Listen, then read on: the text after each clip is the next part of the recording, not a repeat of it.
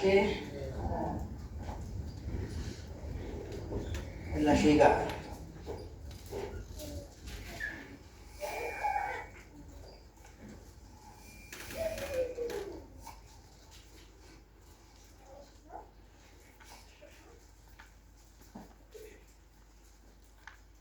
Okay.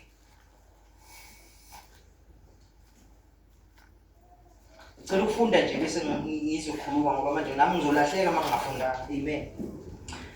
Chapter 2. Incwadi kaMatthew ifundeka kanje. After Jesus was born in Bethlehem in Judea, during the time of King Herod, Magi from the east came to Jerusalem and asked, "Where is the one who has been born King of the Jews?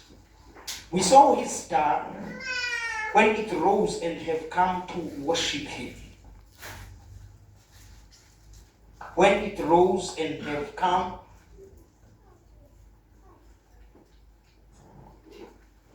to worship him. When King Herod heard this, he was disturbed, and all Jerusalem with him. When he had called together all the people's chief priests, and teachers of the law, he asked them where the Messiah was to be born. "In Bethlehem in Judea," they replied, "for this is what the prophet has written.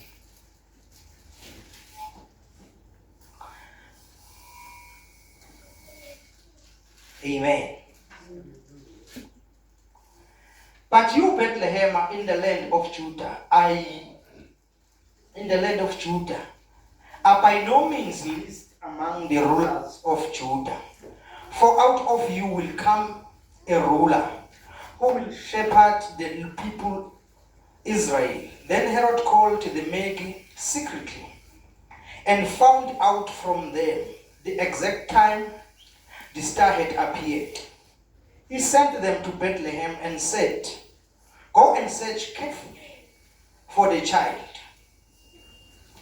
As soon as you find him, report to me, so that I too may go and worship him." After they had heard the king, they went on their way, and the star they had seen when it rose went ahead of them until it stopped over the place. Let me repeat again this verse 9. After they had heard the king, they went on their way, and the star they had seen went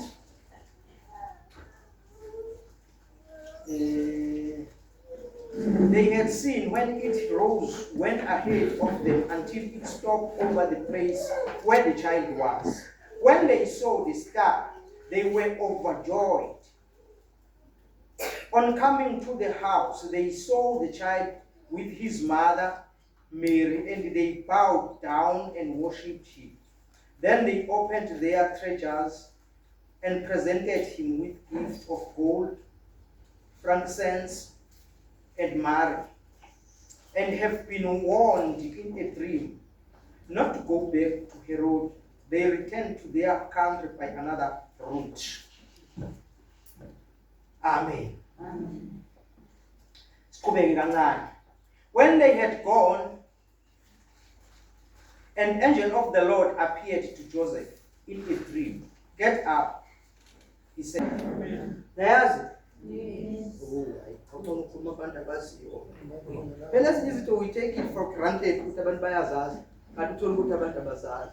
Amen. Yini campus.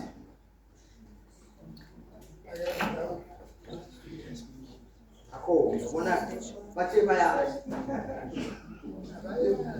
Sekunzima nje ukusho nje into ukuthi campus yenza ukuthi into ethile yenza ukuthi kuphekile. Kakhulume nje. Yes, choose direction. Mayiphethe nje kanje.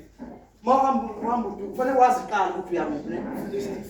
Mangabe uyahamba ufuna ukuya eWest, Wena usutholakala uya e-east yakutshela no. La uyakhona se-east, i-west ingapha. Amen. Yaqala nje uyaqala la iyashintsha east. So let's be boss licampus yethu lilona elisinikeza i-direction. Amen. Malibonga igama lenkosi. Ukuthi singadubi, singalahleki, singenze njani bazalwane? Singalahleki. Kulula ukulahleka, ulahleka unokuhlakanipha kwemvelo. Hlakaniphile nje nemvelo. Futhi unemfundo nje ufundile. Ushayile impela esandleni kodwa ulahleka. Yabo. Ulahlwa yini? Ukuthi uhambe kumnyameni. Amen. Langa liyakhanya kodwa uhambe kumnyameni ungazi. Amen. Hallelujah. Sesiyafunda ke bazalwane ngenzela nalabo abazwayo kalula isiZulu. Amen. Sesiyasona sizofunde kalula ke ngoba nami sakithi. Amen. uJesu sazelwe eBethlehem laseJudiya emihleni kaHerod inkosi. Bheka kwafika izazi eJerusalema. Zivela. Sonke. Bukani ungalali. No, ngizovumela ukulahla kahle straight ngaseklasini. Amen. Laba zona ngifuna ukukhuluma ngendaba uNkulunkulu, ngendaba ebalulekile, indaba ebalulekile kakhulu. Amen. uNkulunkulu ayibekile enhlizweni yami. Amen. Indaba yabantwana. Amen. Indaba yani yabantwana. IsiZulu sithi inkunzi isematholeni. Amen.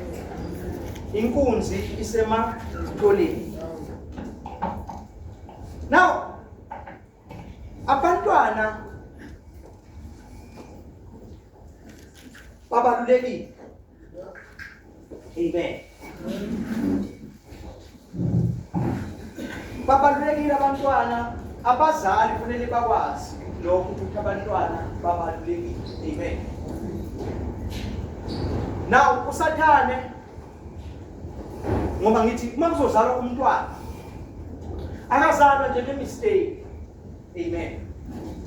Makulanda ukuthi uzalwe kanjani. Uzalweleni. Kodwa manje ezelwe umntwana, it's not a mistake. Uzelwe for a purpose. Uzalelwe injongo. Amen. Hallelujah.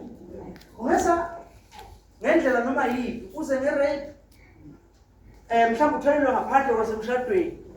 Mhlambe noma yipi indlela ongayithi. Kodwa the fact ukuthi uNkulunkulu uvumile ukuthi umntana akazalwe kungoba kunepurpose. Kunesizathu. Kunento uNkulunkulu ayibekile umntwana kosomosiko sethu. Hallelujah. Now thina njengabazali noma abakhulisi babantwana umsebenzi wethu kakhulukazi omama. Amen. Umsebenzi wabo ukuthi baqikelele ukukhuliswa komntwana. Amen. Yini le bamsini? Amen. Ukukhuliswa komntwana. Igama lenkosi malibonga. Kumele ukuthi kuqikelelwe kwenziwe sure ukuthi umntwana uyaprotecteka. Amen. Amen. Kuze kufinyelele la umntwana ezokhula khona akwazi ukufeza ipurpose ayizele kuphi emhlabeni kosomosini. Amen.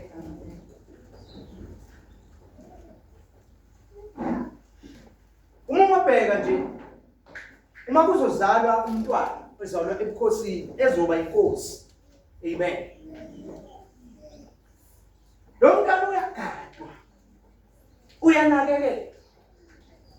Indlela akhuliswa ngayo yehlukile.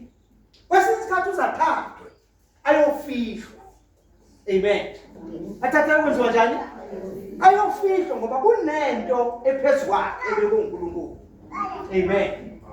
Kunento ephezulu kwakhe ebekwe ubani? uNkulunkulu. Ayisathane njengoba bezelwe lo mntwana akajabulile akathokozi. Amen. Angazi ukuthi kwenzeka kanjani ukuthi umuntu mayelento. Amen. Mayelento lento ebuye yenza ukuthi angakhuli kalula engachallenge. Amen. Hallelujah. angakhuluma lula ukuthi angachallenge. Uyachallenge ukuphila kwakhe. Kuzama ngayo yonke indlela ukuthi ukuphila kwakhe kuphele ngoba kusuke kuvinjwa into ekuye. Amen. Sifunde khona seyibu